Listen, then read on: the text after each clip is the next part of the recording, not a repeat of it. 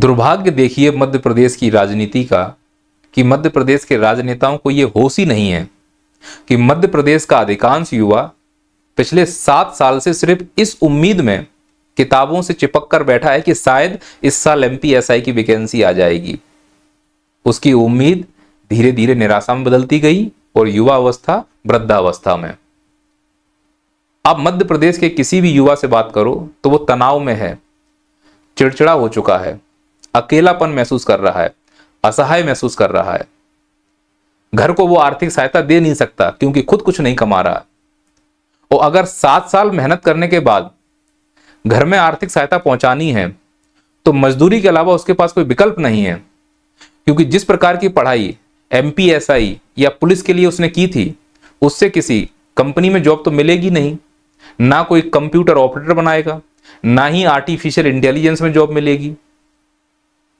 तो अब वो मध्य प्रदेश का युवा मध्य प्रदेश के मुख्यमंत्री से सीधा ये प्रश्न पूछ रहा है कि जो 7 साल हमने अपने जीवन के बर्बाद किए हैं, अगर वैकेंसी नहीं आई तो हम तो वहीं पर आकर खड़े हो गए जहां हमने शुरू किया था।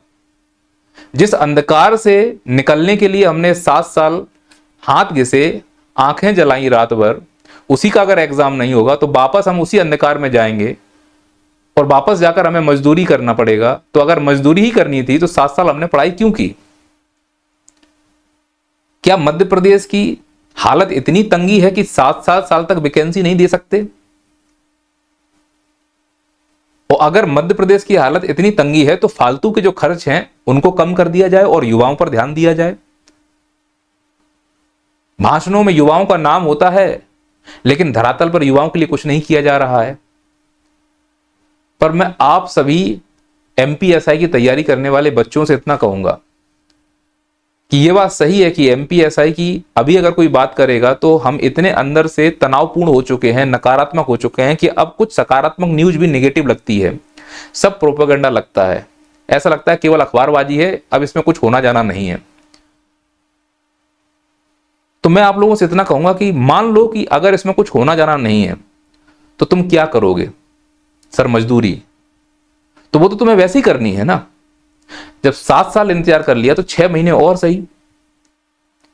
क्योंकि अभी जो दैनिक भास्कर ने अखबारबाजी की है आज 17 अप्रैल को, उसके अनुसार वो प्रबल संभावना जता रहा है कि 10 दिन के अंदर पुलिस हेडक्वार्टर और कर्मचारी चयन मंडल आयोग दोनों मिलकर एक रूल बुक बनाएंगे और वो रूल बुक 10 दिन के अंदर बन जाएगी। और जैसे ही रूल बुक 10 दिन के अंदर बनी, 20 दिन के अंदर नोटिफिकेशन या उससे संबंधित कोई जानकारी जारी कर दी जाएगी।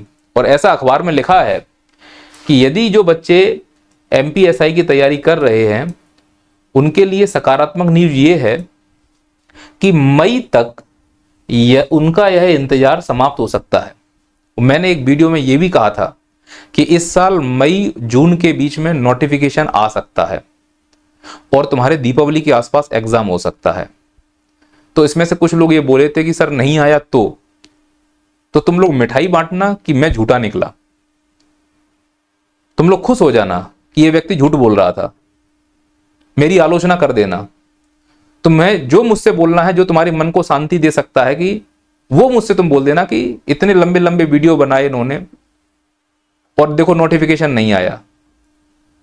तो अगर तुम ये कहते हो कि नहीं आया तो तुम्हें जो बोलना है बोल दो। मैं ये पूछ रहा हूं अगर आ गया तो तुम तैयार हो गया? यहां मैं सीरियस बच्चों से इतना बोलना चाह रहा हूं कि जिस आप संतुलन की, जिस आप स्थिति में हो अभी, मानसिक और आर्थिक स्थिति में, मैं ये मानता हूं कि आपको कन्विंस करना अभी पॉसिबल नहीं है क्योंकि आप थक चुके हो तैयारी करके। लेकिन अगर नोटिफिकेशन आ गया ना तो तुम्हें यह महसूस नहीं होगा कि एमपीएसआई की वैकेंसी कब आई और कब चली गई। कुछ इस प्रकार से वीडियो डालना है वो शेर वाला, जानवर आता नहीं भगता है, मतलब हाथ आया और मुंह नहीं लगा।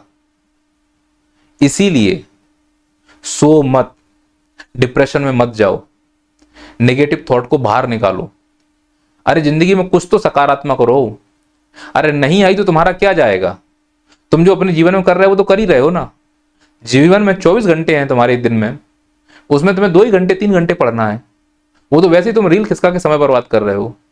वो जो बहानेबाज होगा वही इस प्रकार की बातें करेगा। तो मुझे ऐसा लग रहा है जिस प्रकार से अखबारबाजी हुई है, मई जून जुलाई के बीच में नोटिफिकेशन आएगा और इस साल दीपावली के आसपास तुम्हारा प्रीलिम्स का एग्जाम होगा। और अगर नहीं हुआ तो जैसे 7 साल थे उसमें 6 महीने और जोड़ लेना, और करनी मजदूरी तो फिर निकल जाना मजदूरी करने। पर मैं तो पॉजिटिव व्यक्ति हूं, मैं कह रहा हूं अगर हो गया, नोटिफिकेशन आ गया, तो तुम कितने तैयार हो, क्योंकि इसमें एमपीपीएससी वाले भी कूदेंगे, पूरा सिलेबस जीएस वाला है, तो उनसे कंपटीशन करने के लिए हमें अभी से तैयारी करनी होगी।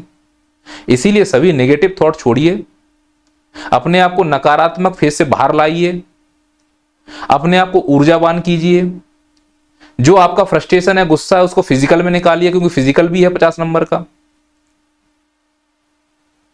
100 नंबर का, क्योंकि फिजिकल भी है, गोला फेंकना है, दौड़ना है, जंप करना है।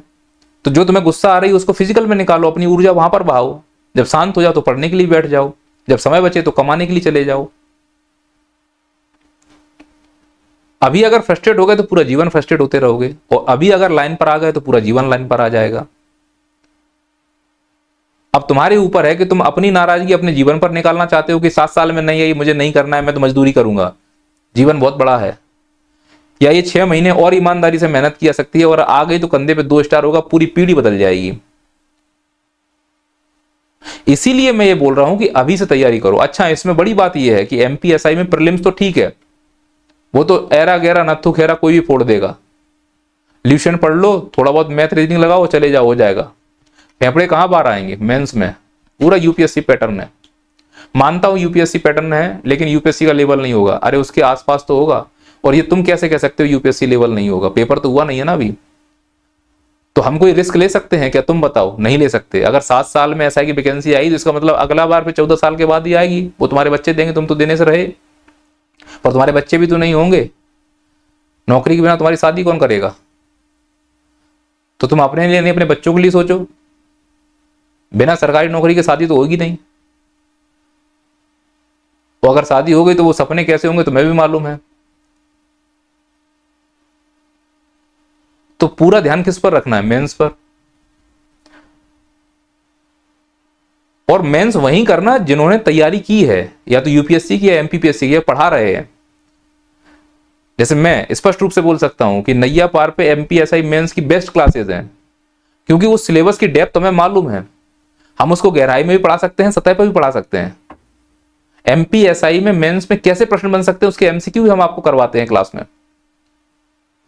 तो यदि आप सच में एमपीएसआई करना चाहते हैं तो आप अभी से लग जाइए। तो सर इसके लिए कहां से क्लासेस होंगी? तो आपको नैया पार का एप्लीकेशन डाउनलोड करना पड़ेगा। और नैया पार एप्लीकेशन में जब आप फोल्डर में जाओगे तो वहां पे आपको एक कोर्स दिखेगा मिशन वर्दी के नाम से। इस कोर्स में प्रीलिम्स, मेंस, इंटरव्यू, तीनों का कंटेंट, तीनों का गाइडेंस आपको शानदार तरीके से दिया जा रहा है। प्रीलिम्स की क्लासेस चल रही हैं। क्लास में जो पढ़ाया जाएगा उसकी पीडीएफ आपको मिलेंगी।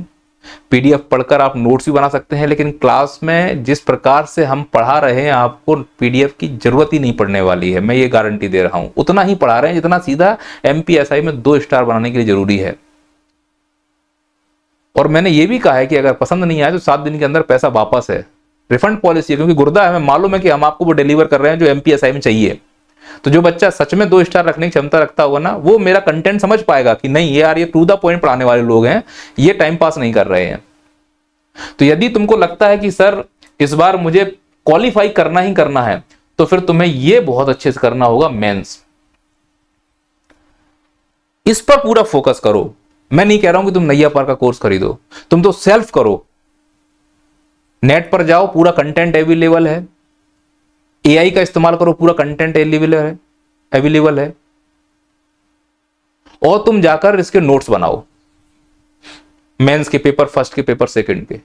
मत करो किसी क्लासेस।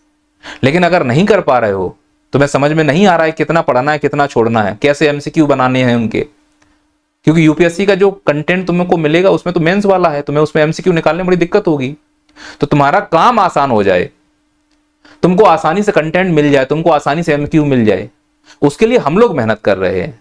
तो उस मेहनत का चार्ज ले रहे हैं हम लोग 1999 रुपए में। इसमें टेस्ट सीरीज आपको फ्री मिलेगी, प्री और मेंस की। आप टेस्ट सीरीज लगाते रहिएगा, जैसे कोर्स खत्म होगा। तो मैंने ये प्राइस इसलिए रखी है क्योंकि मुझे मालूम है आप में से कई लोग ऐसे हैं जो शहर छोड़ के गांव चले गए हैं, लेकिन अभी भी वर्दी का जुनून बाकी है।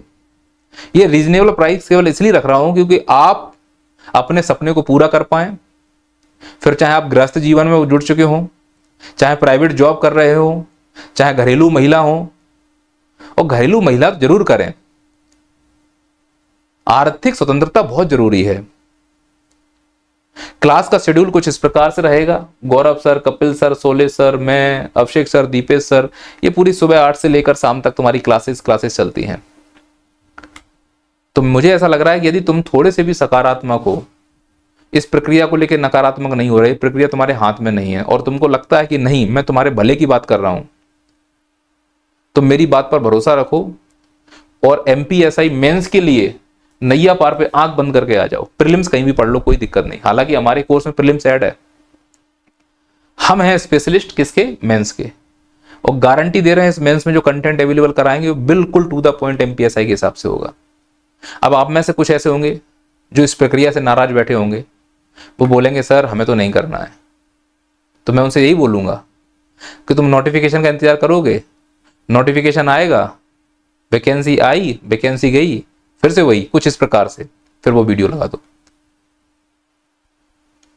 उम्मीद है आप मेरी बात समझ पा रहे होंगे।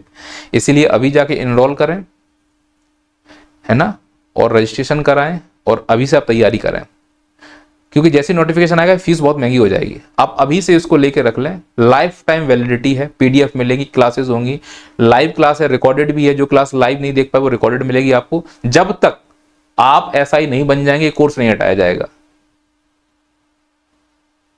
क्लियर है? चलिए मिलते हैं आपसे फिर। जय हिंद, जय भारत।